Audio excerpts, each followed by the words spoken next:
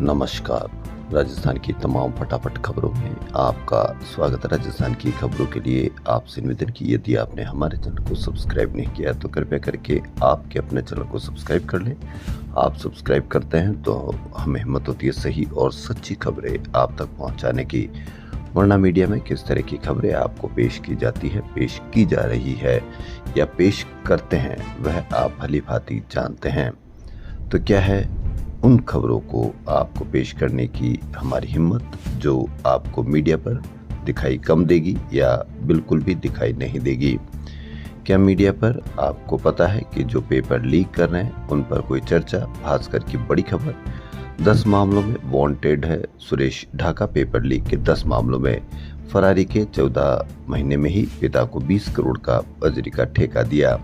क्या बजरी का ठेका देते वक्त उनको पता नहीं था कि ये सुरेश ढाका के पिता है, लेकिन फिर भी 20 करोड़ का बजरी का ठेका दिया गया। भास्कर की पहल वह आपको उजागर किया, वरना ठेका लेते रहते उधर पेपर लीक में कमाए, इधर बजरी ठेके में कमाए और आपका बच्चा बेरोजगार भी रहेगा और आपका बच्चा आर्थिक रूप से कमजोर भी रहेगा। तो भी आप उम्मीद मत करना कि मीडिया पर इसकी कोई चर्चा की जाएगी। वहीं पांचना बांध मामले में चौथे दिन गुरुवार को जिले में सभी 30 जगहों से जाम हटा लिए गए। सोशल मीडिया पर आपत्तिजनक टिप्पणियों को लेकर करौली जिले सहित सवाई माधोपुर की 3 तहसीलों में 24 घंटे के लिए इंटरनेट सेवाएं बंद कर दी गई थी। संदिग्धों की निगरानी चेकिंग के लिए चलाया गया एरिया डोमिनेशन गुरुवार को अभियान खो नागुरियान इलाके में टेंशन का काम बन गया। पुलिस के डिटेंशन में बदल गया। बदमाशों और ड्रग्स माफिया से कनेक्शन खंगालने के लिए शुरू हुए अभियान में पुलिस एक ही अपार्टमेंट पर टूट पड़ी। यहां से 100 से ज्यादा लोगों को सुबह सुबह फ्लैटों से उठाकर बसों में भरकर थाने ले आई। इनमें से मेडिकल स्टूडेंट, बुजुर्ग और 3 युवतियां भी शामिल थी।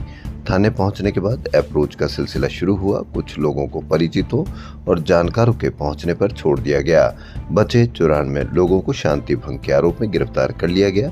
जिनकी अप्रोच नहीं आई होगी, हो सकता है कि वही 94 लोग शांति भंग के आरोप में गिरफ्तार किए गए। शाम होते होते सभी की जमानत हो गई, लेकिन कई छात्र और किराएदार 12 घंटे तक थाने में भूखे प्यासे बैठे रहे। जमानत के लिए वकीलों को फीस भी देनी पड़ी।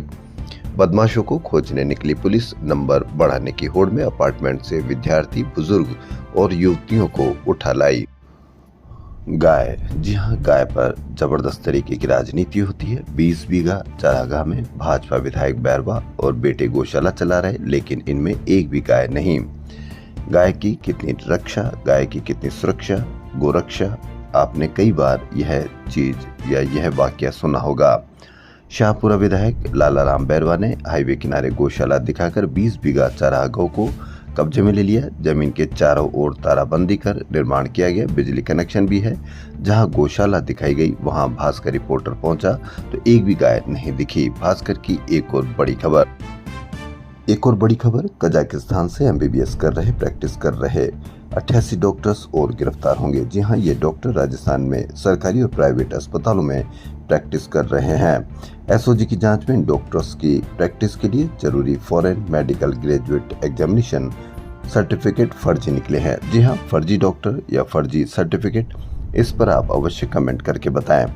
अब तक 27 डॉक्टर गिरफ्तार हो चुके हैं। अधिकतर डॉक्टर कस्बों में प्रैक्टिस कर रहे हैं, यानी आपका जो इलाज कर रहे हैं वह कितने फर्जी हैं, सर्टिफिकेट फर्जियों के साथ आपका इलाज कर रहे हैं। अब तक गिरफ्तार 27 डॉक्टर्स ने एसओजी पूछताछ में खुलासा किया कि नीट क्वालिफाई नहीं करने पर कुछ दलालों ने संपर्क किया था। उन्होंने कजाकिस्तान से एमबीबीएस करने और बिना एफएमजी के राजस्थान मेडिकल काउंसिल में रजिस्ट्रेशन का ठेका 25-30 लाख रुपए में किया था।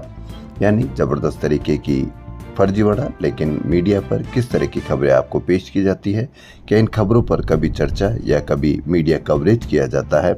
बिल्कुल भी नहीं किया जाता, क्योंकि मीडिया जानता है कि आपके खून में उबाल रहे उसी तरह की खबरें आपको पेश की जाएगी। आपके मन में सवाल हो, इसकी कहीं पर भी कोई खबर की आपको उम्मीद नहीं करनी चाहिए। राजस्थान के 41 जिलों के 53,000 गांवों को रोज 1 घंटा पानी सुनिश्चित करने सप्लाई को निर्बाध चलाने को लेकर नई संशोधित नीति लाई जा रही है। इसके तहत ग्रामीण इलाकों की सारी पेयजल योजनाओं को इस नीति के तहत ही संचालित किया जाएगा। अब कितनी जल्दी एक दिन में 1 घंटा पानी देने की नीति लागू हो पाती है, कामयाब हो पाती है, इस पर आप अवश्य कमेंट करके बताएं। मानसून ने 8 दिन में प्रदेश कवर कर लिया, लेकिन पहले चरण में बहुत नहीं बरसा। अब 2 जुलाई को 7 दिन देरी से आया सुस्त मानसून 7 से 10 दिन के लिए ब्रेक पर जाएगा। सीजन में अब तक औसत 86.51 मिलीमीटर के मुकाबले 110.06 मिलीमीटर बारिश हुई, यानी 8 दिन में सिर्फ 46 मिलीमीटर पानी बरसा। RUHS में अब हर गुरुवार को मरीजों को कॉन्क्लियर इम्प्लांट क्लिनिक की सुविधा मिलेगी। श्रवण बाधित बच्चों और वयस्क मरीजों को विश्व स्तरीय इलाज उपलब्ध कराने के लिए RUHS एवं संबद्ध हॉस्पिटल में इस क्लिनिक की गुरुवार को शुरुआत हुई। इससे कॉन्क्लियर इम्प्लांट से संबंधित सभी आवश्यक सेवाएं एक ही जगह मिलेगी। मरीजों और परिजनों को अलग अलग विभागों में चक्कर नहीं लगाने पड़ेंगे। यदि फिर भी चक्कर लगाने पड़े तो आप 181 पर शिकायत कीजिए, ताकि सरकार को पता चल सके कि कहां कोई समस्या है। यदि आप समस्या का उजागर सरकार से नहीं करते तो आप जिम्मेदार नागरिक कितने हैं, यह आप अवश्य खुद पर सोच करके विचार कीजिए। राजस्थान यूनिवर्सिटी से PhD करने के लिए दस्तावेजों में धांधली करके आवेदन करने वाले 60 छात्रों को यूनिवर्सिटी ने एडमिशन प्रक्रिया से बाहर कर दिया है। जी हां, PhD एडमिशन के लिए ओरिजिनल डॉक्यूमेंट्स नहीं देने वाले 60 छात्र हुए बाहर। शिक्षा विभाग तबादलों को लेकर दोहरे मापदंड अपना रहा है। भास्कर की बड़ी खबर, एक तरफ तबादले से मंडल परिवर्तन पर वरिष्ठ अध्यापकों की सीनियरिटी खत्म होने को जायज ठहराया जा रहा है, दूसरी तरफ जिला परिवर्तन पर वरिष्ठता खत्म होने का डर दिखाकर तृतीय श्रेणी शिक्षकों के तबादले नहीं खोले जा रहे। विभाग ने एक दिन पहले ही प्रदेश भर में 2154 वरिष्ठ अध्यापकों को एक मंडल से दूसरे मंडल में भेज दिया। उनके आदेशों में स्पष्ट लिखा है कि नए मंडल में उनकी वरिष्ठता का विलोपन होगा। इसके लिए उन्हें एक शपथ पत्र देना होगा। शिक्षक खुशी खुशी ये शपथ पत्र भी देने को तैयार है। वहीं शिक्षक घर जाना चाहते हैं, वो विवाद क्यों करेंगे, ये कहना है शिक्षक संघ का। जी हां, मंडल से बाहर तबादला होने पर वरिष्ठता विलोपन के बावजूद वरिष्ठ अध्यापकों के तबादले हो रहे हैं, तो तृतीय श्रेणी शिक्षकों के तबादले भी खोले जाए। जो शिक्षक जिले से बाहर जाना चाहते हैं, उनको पता है कि वरिष्ठता खत्म हो जाएगी, वे विवाद क्यों करेंगे। वे तो चाहते हैं कि तबादला खुले, भले ही वरिष्ठता विलोपित हो जाए।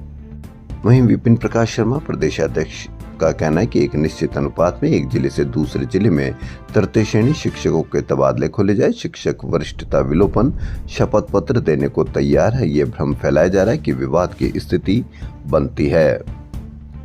जयपुर छोटी सी जगह, छोटा सा जिला, लेकिन फिर भी प्रतिदिन किसी न किसी के हादसे में, या उसको ऐसा कहें कि सड़कों पर हम हत्या करते हैं। आमेर इलाके में जयपुर रोड स्थित घाटी में दरगाह के पास गुरुवार देर शाम 7:30 बजे घुमाव पर कार और स्कूटी की आमने सामने टक्कर होगी। स्कूटी सवार तीनों युवक उछलकर 20 से 30 फीट दूर जाकर गिरे। हादसे के बाद कार चालक भाग गया, क्योंकि वह जानता है कि उसने हत्या कर दी है। एक युवक की मौत हुई। आमेर घाटी में हादसा, 20 से 30 फीट दूर जाकर गिरे युवक। रोज प्रतिदिन किसी न किसी की हत्या सड़कों पर। सोशल मीडिया पर इस तरह के जबरदस्त तरीके के वीडियो वायरल हो रहे कि हमारी सड़कें कैसी हो, हमारा विकास कैसा हो। इसी पर एक जयपुर एयरपोर्ट जल्द ही दुबई और सिंगापुर की चांगी एयरपोर्ट की तर्ज पर आधुनिक एयरपोर्ट सिटी के रूप में विकसित होगा। जी हां, दुबई सिंगापुर की तर्ज पर बनेगी जयपुर एयरपोर्ट सिटी। देश के 6 एयरपोर्ट्स पर 20,000 करोड़ रुपए खर्च होंगे। शिक्षा विभाग ने लाडो प्रोत्साहन योजना के क्रियान्वयन में आ रही बाधाओं को दूर करते हुए बड़ा बदलाव किया। अब योजना में 2 से अधिक संतान होने की शर्त समाप्त कर दी है। पहले केवल 2 बालिकाओं को ही योजना का लाभ देने का प्रावधान था। साथ ही मान्यता प्राप्त निजी विद्यालयों में अध्ययनरत पात्र बालिकाओं को भी योजना का लाभ मिलेगा। लाडो प्रोत्साहन योजना में 2 से अधिक संतान की शर्त हुई समाप्त।